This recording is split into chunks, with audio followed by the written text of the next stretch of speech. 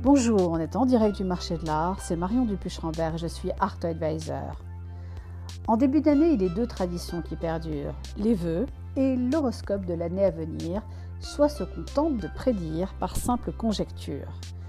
S'il est un fait vérifiable, ce sont les conséquences du Brexit. Pour rappel, le Royaume-Uni est la 3e place du marché de l'art et surtout les empêchements divers et variés liés à la pandémie Covid-19 qui ont véritablement impacté le marché de l'art en 2020, année des 3A comme adaptation, accélération, ambition. Alors que nous réserve 2021 ? Les foires d'art vont-elles revenir à leurs anciennes pratiques ? Le déplacement des événements marchands vers Internet pourra-t-il durablement soutenir le marché ? Quand verrons-nous des signes de reprise ? Sans prétendre aucunement au talent de Madame Irma, j'aimerais proposer juste des éléments de réponse, car si 2020 nous a bien appris quelque chose, c'est que finalement, il n'y a plus d'année prévisible.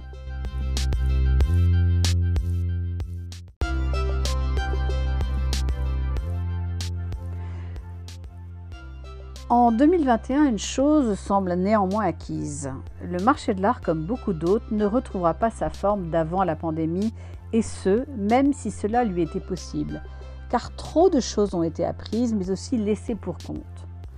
L'un des rares aspects vraiment encourageants de cet annus horribilis a été de constater la débrouillardise, l'ingéniosité, la ténacité des acteurs du marché.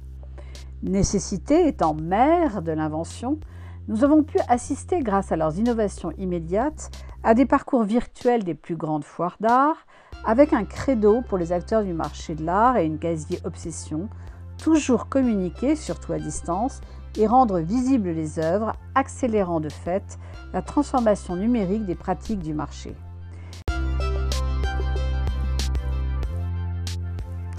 Utilisons cette minute pratique pour tirer de cette situation inédite des retours d'expérience qui devraient en 2021 impacter les pratiques des acteurs du marché de l'art. Les collectionneurs affirment que le fait de ne pas se précipiter aux 4 coins de la planète les a aidés à approfondir leur connaissance du marché et à apprécier encore davantage, lorsque cela leur a été possible, la rencontre in real life avec les œuvres d'art. Quant aux galeristes, devenus des partenaires stratégiques, ils ont eu du temps pour repenser à leurs pratiques en intégrant pour le long terme l'expérience digitale à leurs expositions in situ. Les marchands doivent vendre de l'art et les artistes en vivre pour continuer à créer. Alors les organisateurs de foires se sont convaincus qu'il existait d'autres manières de faire entre un événement de grande envergure et un site web, en redécouvrant combien les expositions temporaires, accueillies dans de nouveaux espaces plus réduits, ont su générer l'enthousiasme et surtout la possibilité d'événements culturels affiliés qui ont su maintenir le lien avec les collectionneurs. Les maisons de vente aux enchères, quant à elles, ont su s'adapter au commerce virtuel bien avant 2020. Et nombre d'entre elles reconnaissent que ce sont les ventes événementielles qui ont rapporté le plus cette année, mais que pour les pièces de grande valeur, rien ne remplacera la réalité physique de leur vacation.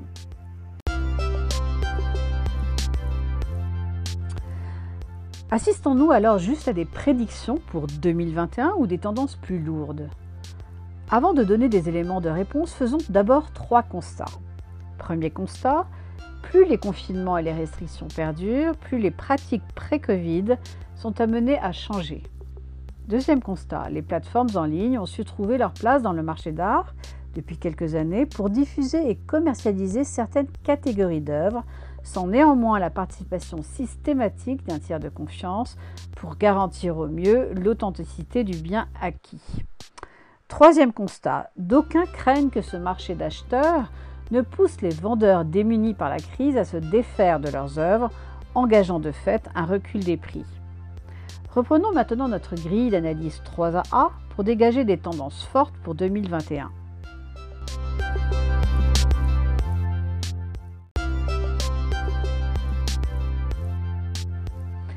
Premier A comme adaptation. Les foires représentent environ 45% des ventes des galeries.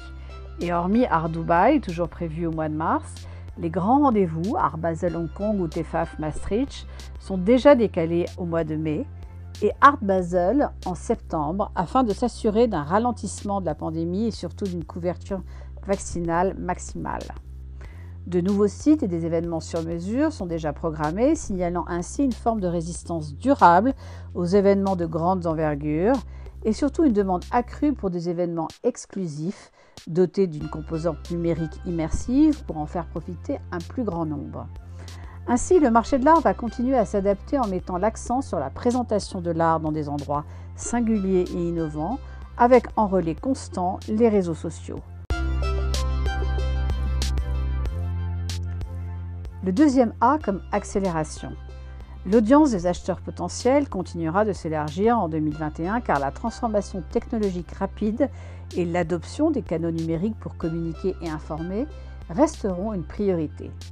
L'ensemble des outils numériques auxquels les clients ont désormais accès a non seulement permis d'éliminer certains obstacles à l'absence de présence physique, tout en réduisant la nécessité de voir ou de manipuler physiquement les œuvres en personne avant de les acheter, et le nombre moyen de fois où une œuvre sera vue va se multiplier de façon exponentielle.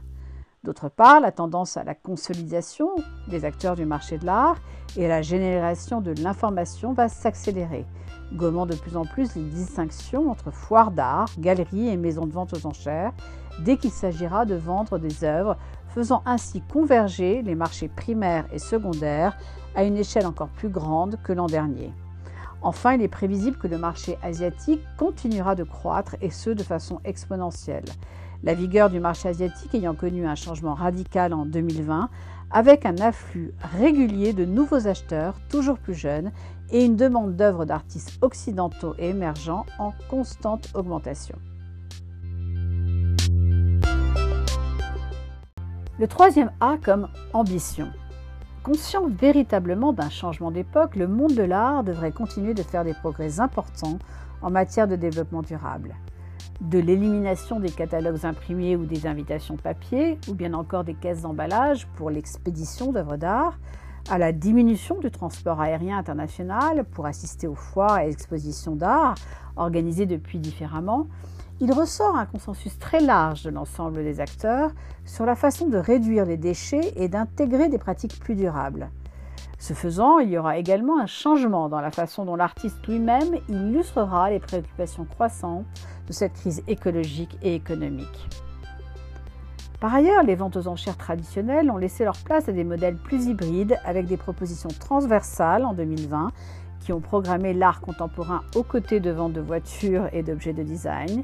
Et la tendance devrait se poursuivre au vu des ventes en préparation, voire s'intensifier en 2021. Nombre de grandes maisons, à l'instar des expositions muséales, choisissant d'organiser des ventes aux enchères contextualisées par époque ou thème spécifique, plutôt que par département ou spécialité, comme le voulait la tradition.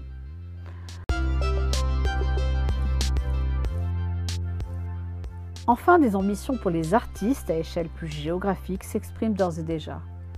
En Allemagne, 5e place du marché de l'art derrière la France, il est prévu d'augmenter dès cette année de 600% le budget national d'acquisition d'œuvres, passant alors de 500 000 à 3 millions d'euros, et ce afin de soutenir dès cette année la création et les galeries, avec une volonté affichée, celle de susciter le désir pour l'art qui s'intéresse au contenu plutôt que pour l'art spéculatif.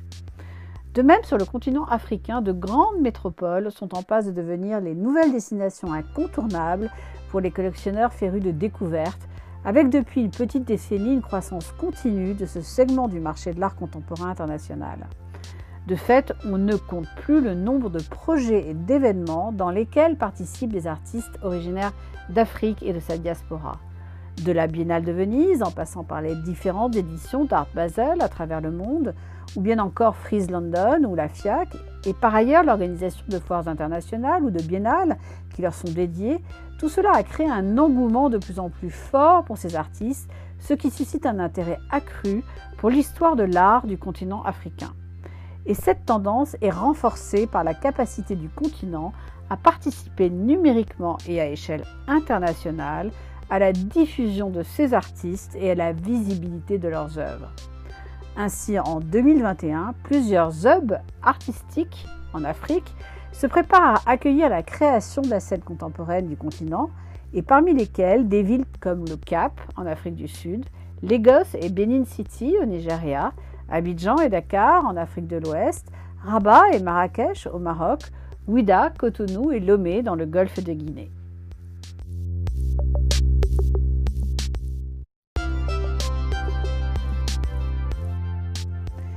Une interrogation pour 2021 est sur toutes les lèvres, à savoir comment les foires d'art vont-elles rebondir cette année face à une incertitude prégnante et surtout quand ces rassemblements mondiaux reviendront à leur formule d'origine s'ils y reviennent un jour. Pour certains, c'est une question véritablement sisyphéenne tant il semble que l'horizon est toujours repoussé à 6 mois.